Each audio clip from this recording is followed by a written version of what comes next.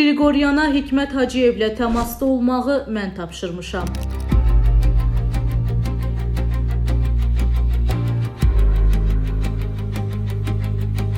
Ermənistan Təhlükəsizlik Şurasının katibi Armen Qriqoryana Azərbaycan prezidentinin köməkçisi Hikmət Hacıyevlə təmasda olmağı mən tapşırmışam. Today Press TV teleqrafa istinadən xəbər verir ki, bunu Ermənistanın baş naziri Nikol Paşinyan Qriqoryanla Hikmət Hacıyev arasında Dilicanda keçirilən görüş barədə jurnalistlərə açıqlamasında deyib. Həm Azərbaycan, həm də Ermənistanın ekspert dairələrində vəziyyəti gərginləşdirə biləcək müəyyən tendensiyalar gördük. Buna görə də biz də zəruri olduğu üçün vəziyyəti idarə etməklə məşğuluq, deyə baş nazir bildirib. Paşinyan əlavə edib ki, onlar heç kimə heç bir izahat vermirlər. Digər tərəfdən, dünyanın bütün ölkələri ilə əsas diplomatik iş məhz bununla bağlıdır. Tərəflər öz mövqelərini və narahatlıqlarını aydınlaşdırırlar. Baş nazir görüşdə sərhəd və onlarla başqa məsələnin müzakirə olunduğunu da bildirib. Əslində, dünən parlamentdə bu məsələ ətraflı müzakirə olunub və əlavə edəcək bir şey yoxdur. Vacib görüş idi və